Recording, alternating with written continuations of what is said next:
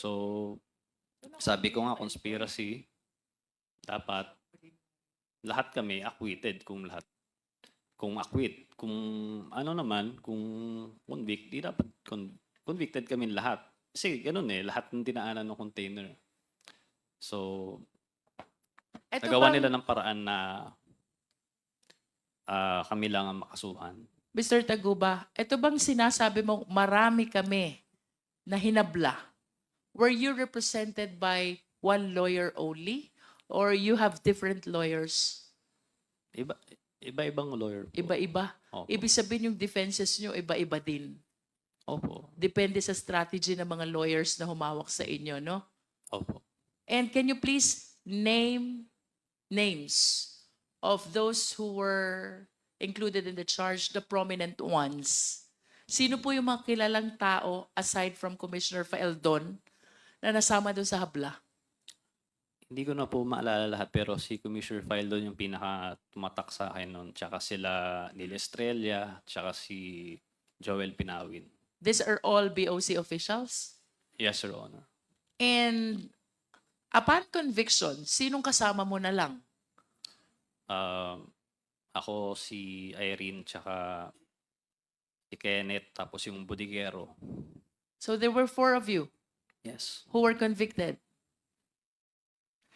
Bodigero, the tracker, the broker, and the other one is the facilitator of your document. Kasama ba si Irene? Yes, Your Honor. And all the BOC officials were excluded from the charge. Yes, Your Honor. At tsaka, tingin ko yun din yung dahilan. Kaya, siyempre, pag lumalabas sa balita, laging customs broker Mark Taguba. So, sa mga hindi nakakaintindi, siyempre, pagka narinig mo yung customs, di may tinamaan na tatrabaho sa customs. So, gumagana yung natin, justice system natin. Walang BOC official na nakasama. Wala, kahit isa. All of you were private individuals. Yes, Your Honor. Who was able to apprehend this shipment? Sino pong nakahuli nito? Ang nakahuli nito, nakakatawa po kasi yung warehouse po, si Chen Julong, may-ari po noon, wala na po ata sa bansa kasi hindi po siya nakakulong, di po siya nakulong kailanman. Ang nanghuli po nito, sila Neil Estrella, sila Commissioner Faeldon, tsaka sila Joel Pinawin. Meron po silang litrato ni Chen Julong na parang body-body lang sila nung nag-raid sila doon. Hindi nila hinuli nung nag-raid sila doon. Yung si Chen Julong. Ang nangyari, tinuro kami kahit wala naman talagang pweba o ebidensya na magtuturo sa akin.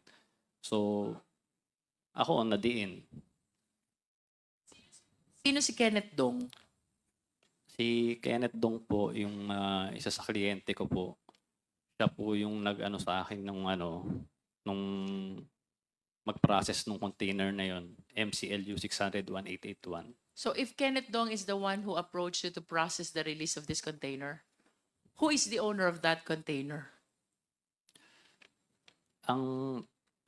Siyempre nung unang pagkakaalam ko po si Kenneth Dong kasi nga siya yung kausap ko So nung pumutok na po itong balita, nagkaroon ng raid sa Valenzuela, tsaka ako nalaman na ayun nga, ang dami palang layer.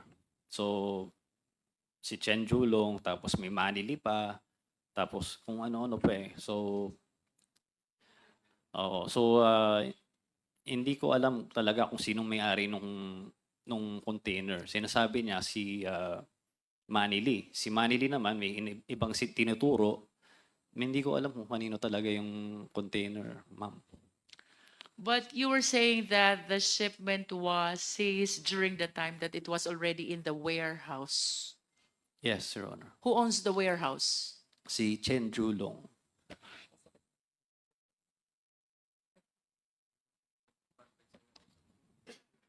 Mr. Taguba, you likewise mentioned in your affidavit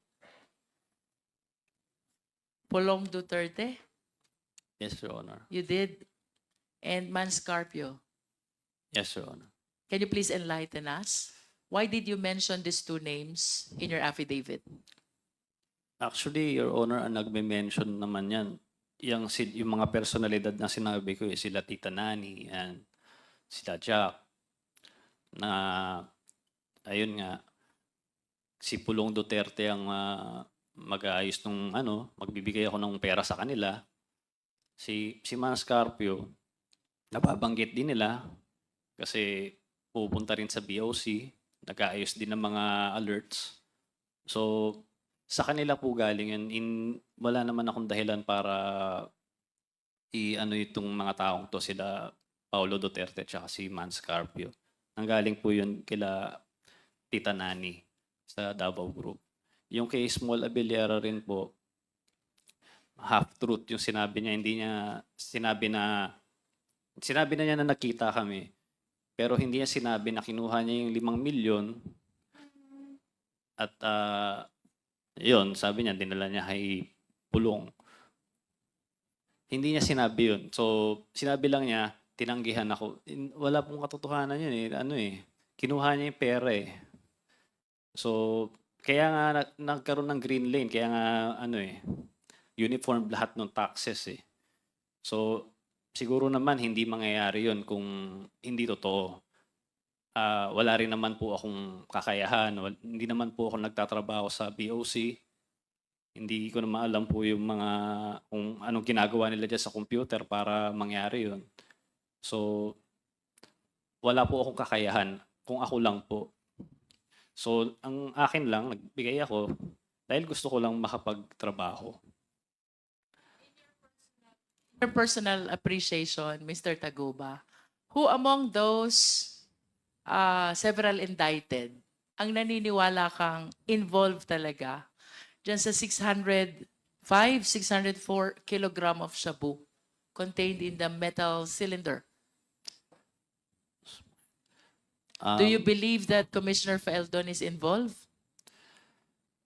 Wala po akong personal knowledge dun sa mga ganyan eh. Kasi In other words, to this date, wala kang alam kung sino talagang may-ari. Wala po. Kasi nga po, yung pag-raid nila doon, kalokohan nga po eh. Ni-raid nila, kinuha nila yung na-seize nila yung shabu, pero wala po silang kinasuhan. Yung warehouse, yung may-ari ng warehouse, hanggang ngayon, wala. Ewan kung nasa na siya, nasa China na raw o ano. But do you know for a fact that there were shabu which were seized during the time? Yes, sinabi kasi nabalitaan ko sa TV. So, tapos biglang tumawag sa akin si Kenneth Dong. Sabi niya, oy, may mga na-seize na shabu doon daw sa container na pinrocess natin yung nanggaling. So, syempre, nagulat ako. Tapos, ayun, yun na doon nagsimula yung yung problema. Mr. Taguba, I can feel your agony, and if the owner of that shipment is listening to you, would you like to give a message to him? Oo.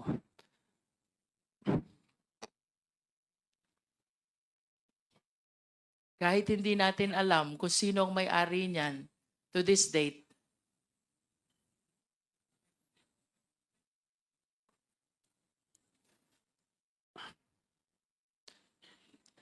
you lost already 6 years of your life. You're so young. You haven't lived your life to the fullest, and yet you are in that situation.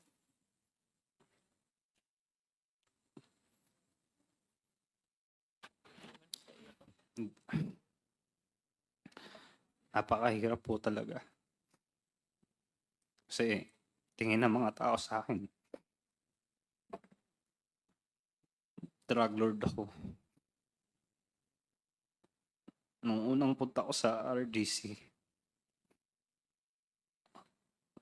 tinanong ko sa akin ng mga gumagawa nun dun, kung pwede ba ako mag-supply sa kanila. Sabi ko, wala po talaga akong kinalaman dyan. Ang hirap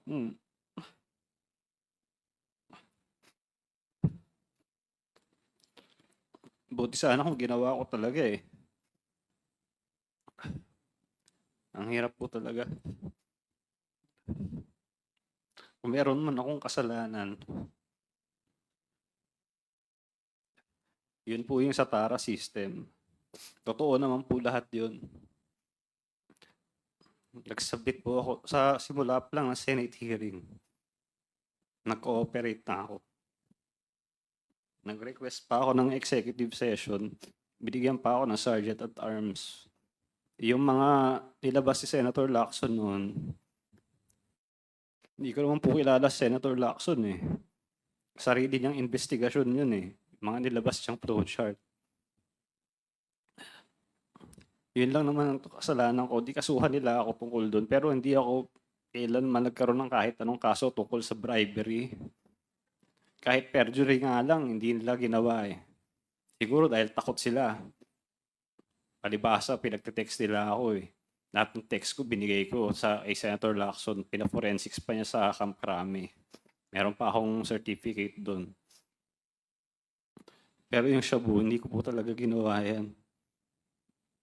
Hindi ko po gagawin yan kailanman.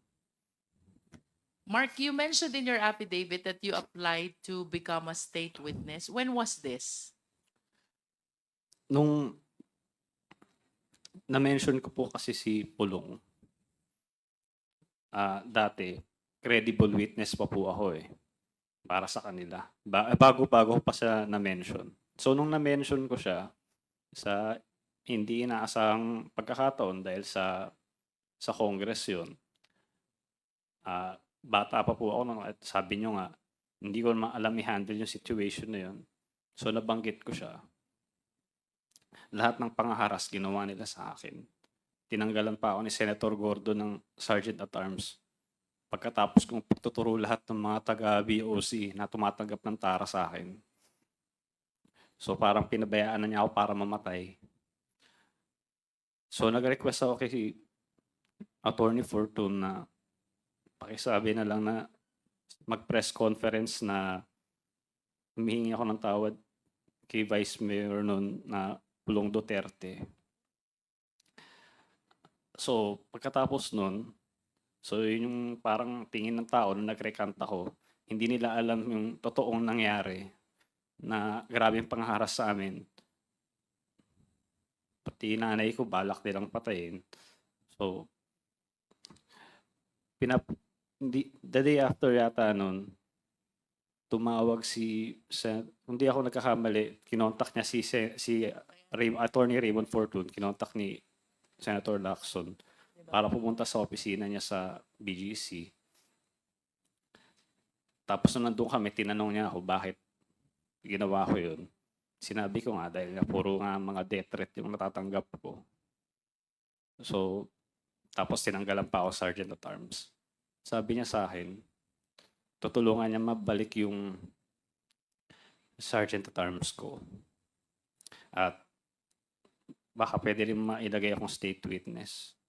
So, naibalik yung Sergeant at Arms ko nun. Pero yung state witness, hinarang ni Senator Gordon. Kaya ngayon, walang nakasuhan na customs, ako lang ang nakasuhan. Ang kinonvict nila sa akin na kaso itong drugs na to, wala talaga akong kinalaman. Yung mga bagay na may mga ebidensya, yung ginawa namin ng presentation ni Senator Lacson noon, yun yung mga taong walang kaso. Mga na-promote pa, narinig ko kay dito, kay Jimmy. So, ganun yung naging justice dito sa Pilipinas. Yun nangyari sa amin. Is it not that the reason why your application for state witness was denied is because you recanted your statement against Pulong Duterte and Mans Carpio? Mr. Chair? Mr. Chairman, just an interjection, just full disclosure. Mr. Mark Taguba is a witness, one of the witnesses in my illegal drug smuggling case against Mr. Pulong Duterte and Small Abilera and the others. And right now, Where is that pending, Senator? it's pending with the DOJ. see. It's still pending. It's due Is for it- preliminary investigation yet. Yes, ma'am. And as for his status as for the inclusion in the Witness Protection Program, it's also pending, Mr. Chairman, and right now, I got word from his lawyer that he is receiving threats right now,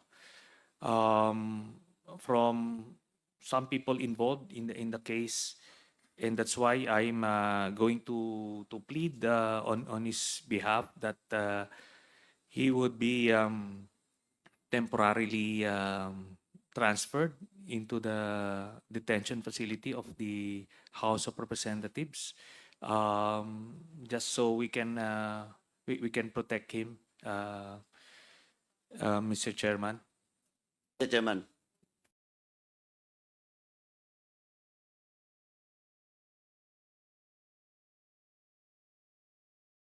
to the request, no, I also personally talked to Mark Taguba just a few minutes ago. Mr. Chairman, we will just discuss it on the admin matters. Thank you, Mr. Chairman. Liwanagin ko lang, Mr. Chair. Of course, you testified before the Senate, no? Where you implicated Pulong Duterte and Mans Carpio. That is your first testimony. In first testimony po sa Senate, Yeah. Tama Ah. ba? That is your first testimony. ang first testimony ko po sa Senate, yung Tara system po.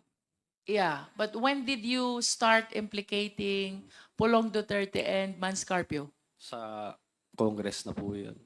Congressional hearing. Oh, so there was an investigation also with the HOR. Yes. Okay. Chaired it. And then, after experiencing all those harassments that you mentioned, you recanted what you said before the House of Representatives. Yes, Your Honor. Tama.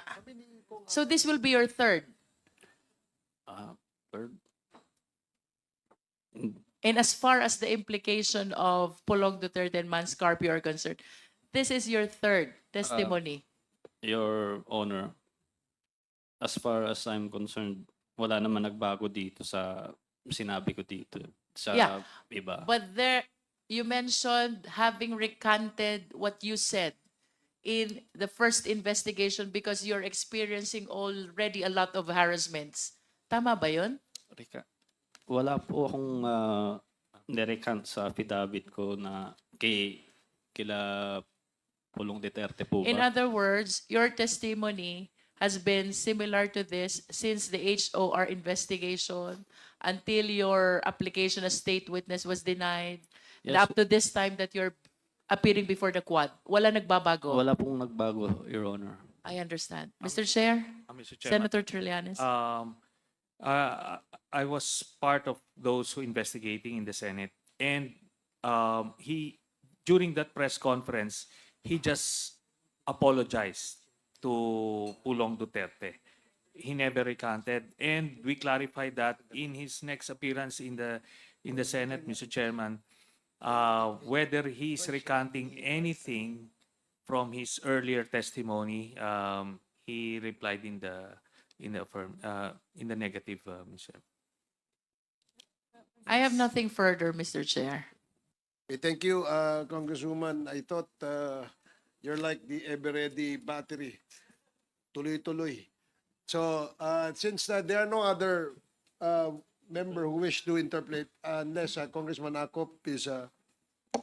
you recognize Congressman Akop. Thank you, Mr. Clarification lang po. Kasi kanina ako po yung naglabas ng 13 Chinese from the apartment. Pero meron pong nag-text sa akin, I should not confuse the 13 Chinese taken from the apartment from the 11 taken sa Domoy. Yes, 13 and 11. Would that be correct, Director Quedato and Gerald Villanueva? Your Chair, Your Honors. Ang pagkakaalam ko lang po, yung naabutan kong briefing during the time na nasa airport po ako, 6 lang po yung namatay doon sa Dumoy. Yun lang Yung po. namatay? Opo, yun lang Pero po. there nalaman. were, according to dito, meron pang 11 na buhay. Wala po akong alam po doon. Wala pong briefing na natanggap ako during the time na nandoon ako sa Davao, Your Honor. Gerald Wilkins? Negative, Mr. Chair. Negative. So, may I know if SPO4 Val Carillo is under you or was under you during the time?